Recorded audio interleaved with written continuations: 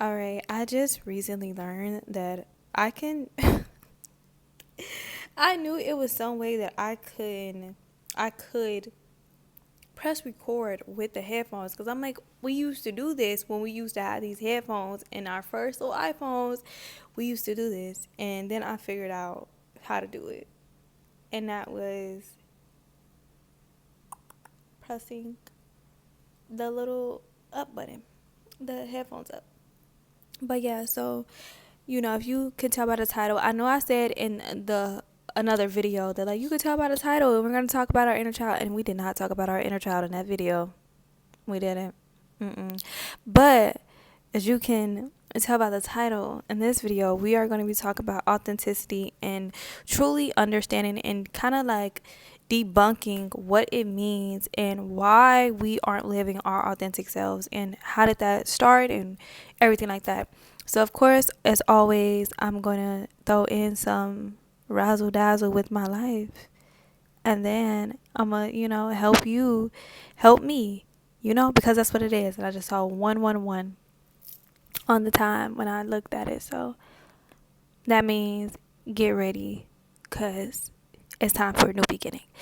But yeah, so let's start from the beginning of Shawnise, right? So me, I had a very hard time with being authentic with who I truly am and everything that I truly am.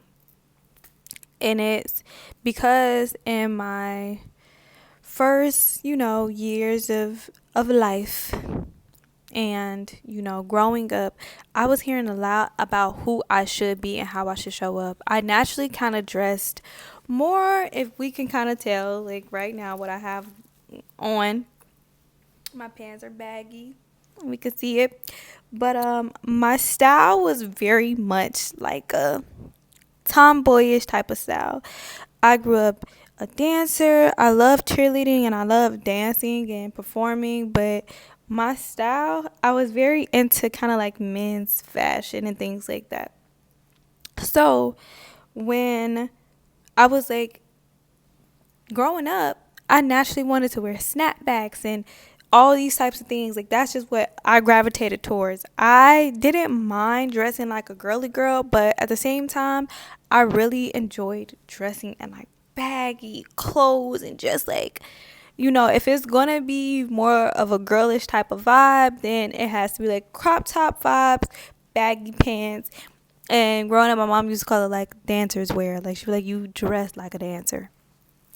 And so I used to love it. I used to love, that whole mindset because I was a dancer and I loved it.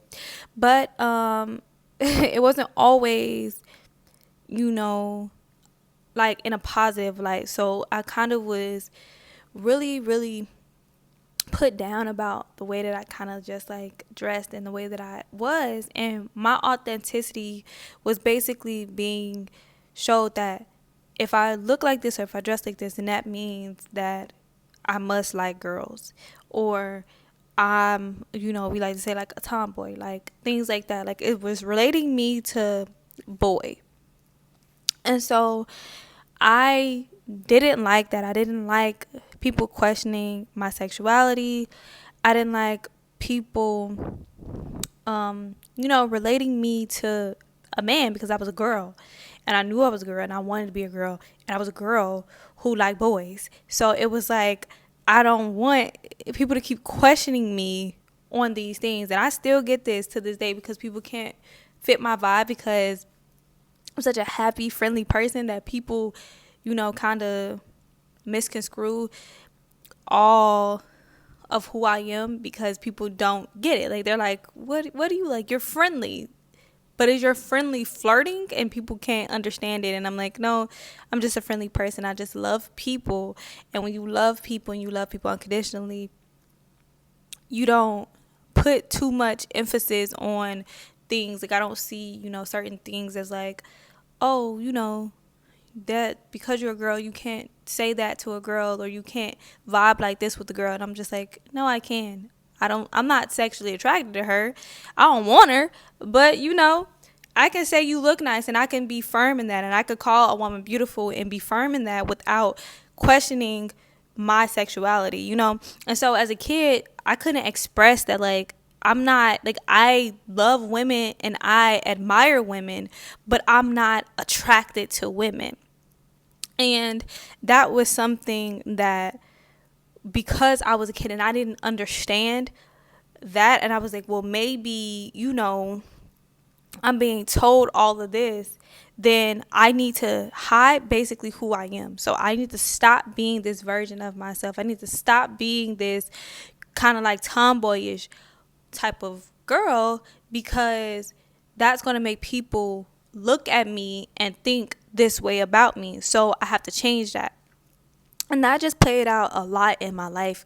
And that was the first kind of like stripping of my authenticity. So I didn't want to show up the way I wanted to show up. I wanted to show up that was kind of, you know, sexy and cute, because at the same time, that was what got the validation.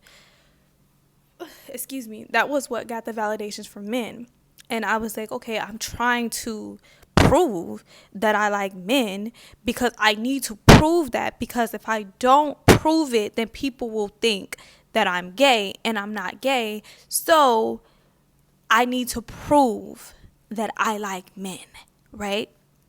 And so that made me get more validation than I wanted. But I was like, but that's cool, because at the end of the day, nobody is questioning my sexuality, because they see that I can get some.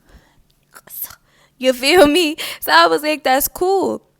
But what that was doing, because I had experienced a lot of, you know, other trauma as a kid, what that was doing was showing me to overly sexualize myself. And to get the validation from men, I needed to overly sexualize myself, where I already had trauma pertaining to that kind of like thing. That made it super heightened, right?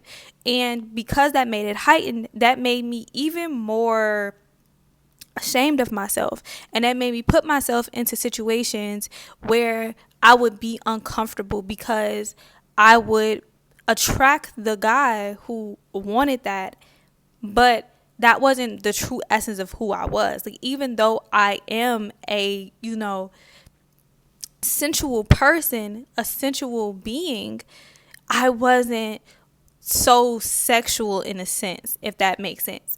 I was just me. Like, I was just a chill, laid back, quiet person who's just a vibe. You feel me? I just want to vibe out. I always just want to vibe and chill, and kind of just, I was always that type of person who kind of just wanted to just lay back and just chill and be like, hey, yeah, you know, it's a vibe. This is always my vibe.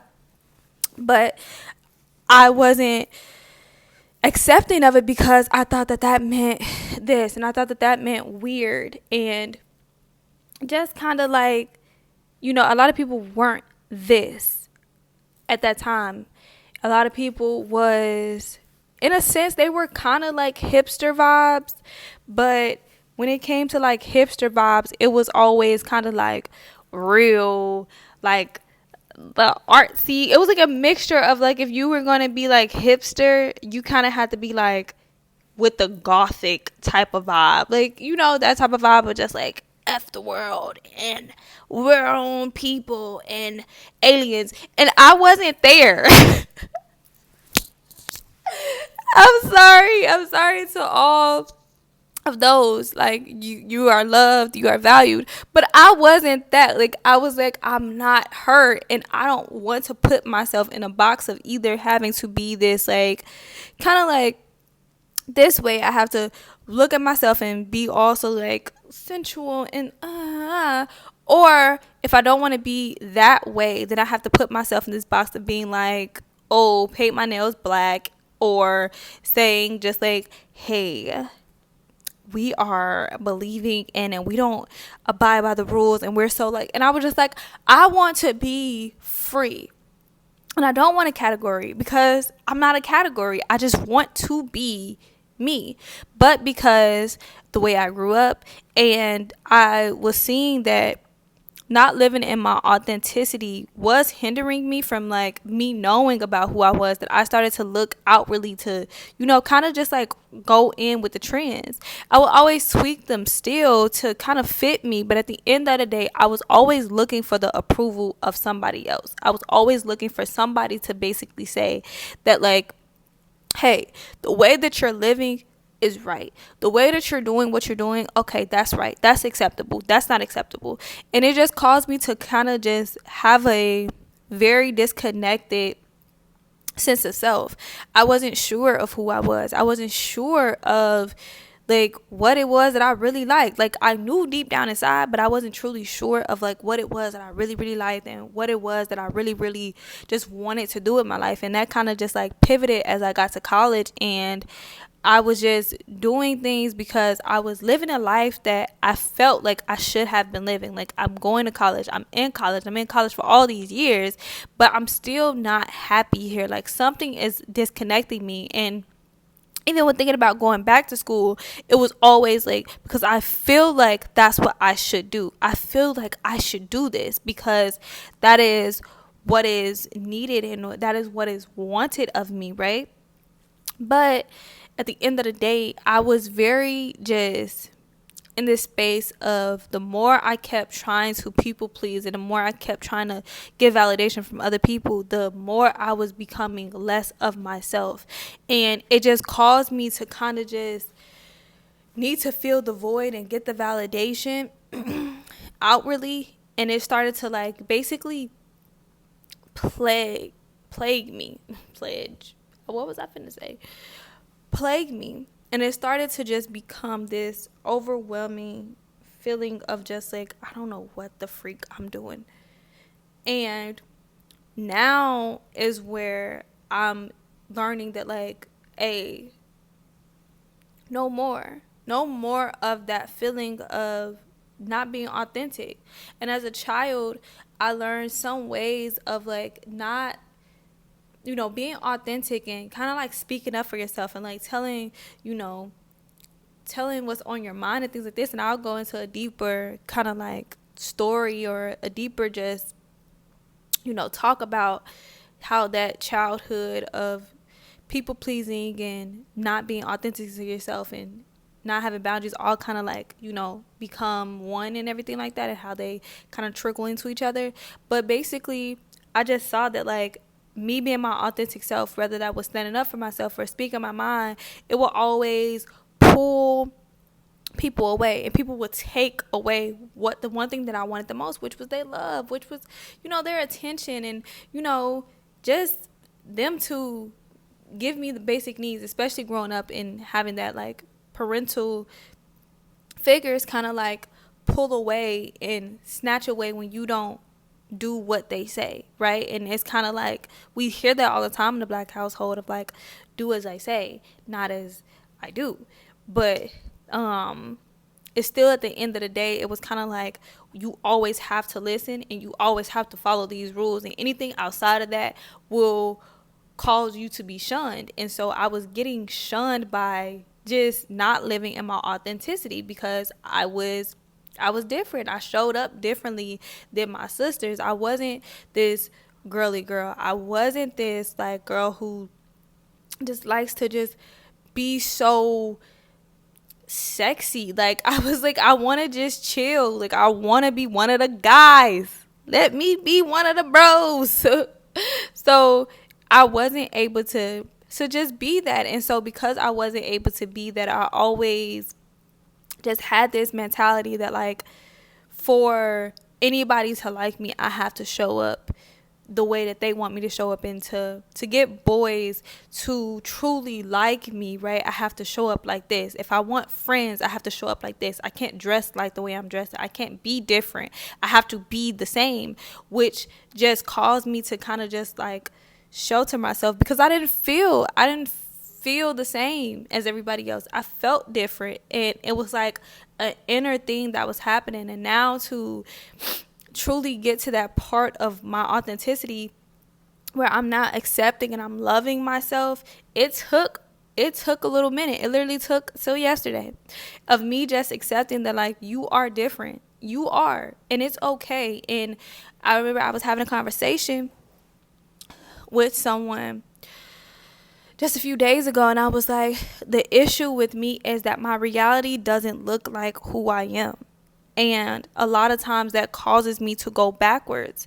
And I'm at this state now where I can't go backwards anymore. I can't be inauthentic. I have to be authentic, because being inauthentic causes me to live in this place of like mental hell. It causes me to live in a place of just like hell overall, like spiritual hell, mental hell, all of it, because it's not the true essence of who I am.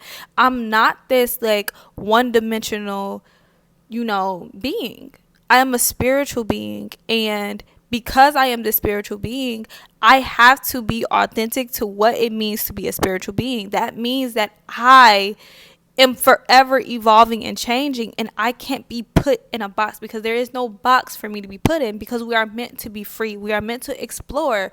We came here to explore, to evolve, to go through the phases and everything like that. So it's like, it's not meant for me to put myself in this box of like, you can only be this.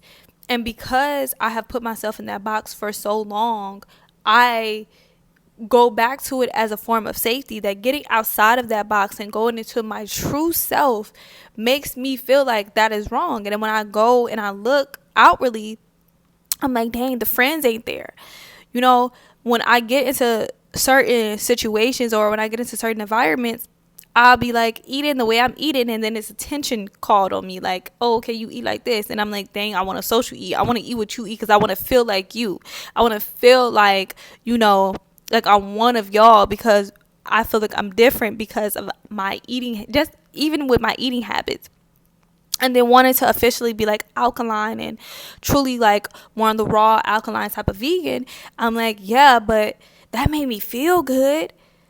But when I eat like this, when I eat to appease everybody else, it doesn't make me feel good. And it doesn't make me feel good mentally, spiritually, or physically. Like, my body don't feel good either. But that's the place of comfort. Comfort? What? That's the place of comfort. And so to truly embrace my authenticity, I literally had to go back to that root of like, I feel like me being authentic will cause the love, the care, the just somebody being there, it pulls them away.